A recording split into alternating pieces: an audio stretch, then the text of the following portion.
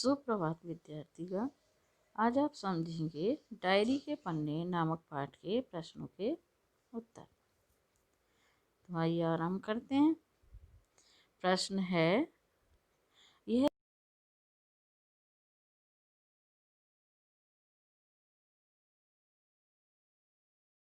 पल की एक साधारण लड़की की है। इल्या ईहर्नबुर्ग की इस टिप्पणी के संदर्भ में एन फ्रैंक की डायरी के पठित अंशों पर विचार करें। एक बार फिर प्रश्न, यह 60 लाख लोगों की तरफ से बोलने वाली आवाज़ है।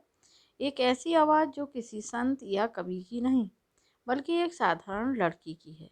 इल्या येहनबर्ग की इस टिप्पणी के संदर्भ में एन फ्रैंक की डायरी के पठित अंशों पर विचार करें। उत्तर है, एन फ्रैंक की डायरी 60 लाख यहूदियों पर छाए गए जुल्मों की जीवंत कहानी है। डायरी में एन फ्रैंक के व्यक्तिगत जीवन का वर्णन नहीं है। एन फ्रैंक भूमिगत परिवार की एक साधारण लड़की है। यह लड़की ना तो संत है और न ही कवयित्री है। फिर भी यह 60 लाख लोगों की तरफ से बोलने वाली एक आवाज़ है। इल्या येहनबर्ग की यह टिप्पणी एकदम सही है। द्वितीय विश्व युद्ध के दौरान जब हिटलर ने यहूदियों को असहनीय यातनाएं दी, जिससे वे व्यक्तिगत जीवन जीने के लिए मजबूर हो गए, इस सब के बारे में लेखिका ने अपनी कलम से लिखा है। उस समय डर इतना था कि लोग सूटकेस लेकर भी सड़क पर नहीं निकल सकते थे। लोग सूटकेस लेकर भी सड़क पर नहीं निकल सकते थे। भूमिगत आवासों में रहकर दिन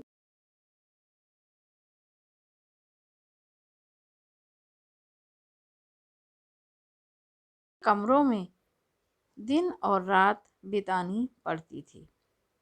इन लोगों के सामने राशन की भी कमी रहती थी, बिजली का भी कोटा था। उनके लिए चोर उचक्कों से अपने सामान की रक्षा करना बहुत कठिन कार्य था। ये लोग फटे पुराने कपड़ों और घिसे पिटे जूतों से काम चलाते थे। युद्ध की भयावहता से लोग कांप कांप उठते थे। अतः ये कहना उचित है कि कहानी एक परिवार की नहीं अपितु 60 लाख लोगों की पीड़ा है। आगे प्रश्न है, काश कोई तो होता जो मेरी भावनाओं को गंभीरता से समझ पाता। अफसोस, ऐसा व्यक्ति मुझे अब तक नहीं मिला। क्या आपको लगता है कि एन के इस कथन में उसके डायरी लेखन का कारण छिपा है? उत्तर है, यह बात बिल्कुल सत्य है कि कोई भी लेखक अपनी बात को लोगों तक पहुंचाने के लिए लिखता है।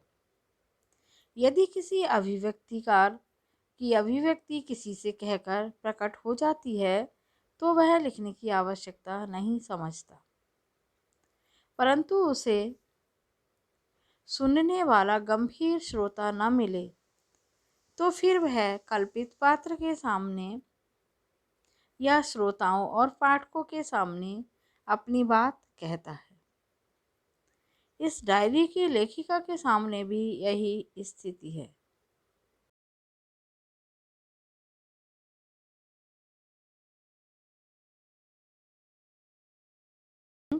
8 सदस्यों के समूह में सबसे छोटी उम्र की है। मिसेस बानदान और मिस्टर डसेल प्राय उसके विषय में नुक्ताचीनी करते रहते हैं। अतः एन को भी उनसे नफरत है। उसकी मम्मी भी उसके लिए उपदेशिका बनकर ही रही हैं। इन 7 सदस्यों में से पीटर से उसकी पटरी बैठती है, परंतु पीटर से संवाद करना एन के लिए सरल नहीं है।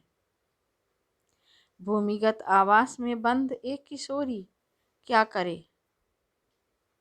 वह प्रकृति को निहारना चाहती है, किंतु वह भी निषिद्ध है।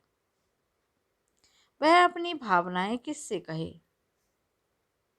उसकी भावनाओं को गंभीरता से समझने वाला व्यक्ति कोई नहीं है। अतः वह अपने उद्गारों को डायरी के माध्यम से प्रकट करना चाहती है। अतः वह अपनी भावनाओं को डायरी के माध्यम से प्रकट करना चाहती है। अगला प्रश्न है, एन फ्रैंक कौन थी, उसकी डायरी क्यों प्रसिद्ध है? एन फ्रैंक कौन थी और उसकी डायरी क्यों प्रसिद्ध है? एन फ्रैंक यहूदी बालिका थी। दूसरे विश्व युद्ध के दौरान जर्मनी ने यहूदियों पर भयंकर अत्याचार किए। एन फ्रैंक यहूदी बालिका थी। दूसरे विश्व युद्ध के दौरान जर्मनी ने यहूदियों पर भयंकर अत्याचार किए।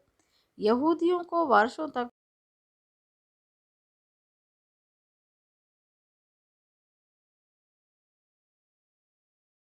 एक लड़की थी। उसने भूमिगत होने के दौरान अपने जीवन के एक एक दुख दर्द को अपनी डायरी में लिखा।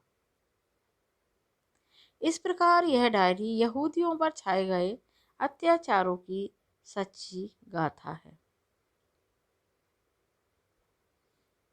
तो बच्चों, इसको आप सुनेंगे और पढ़ेंगे, समझेंगे।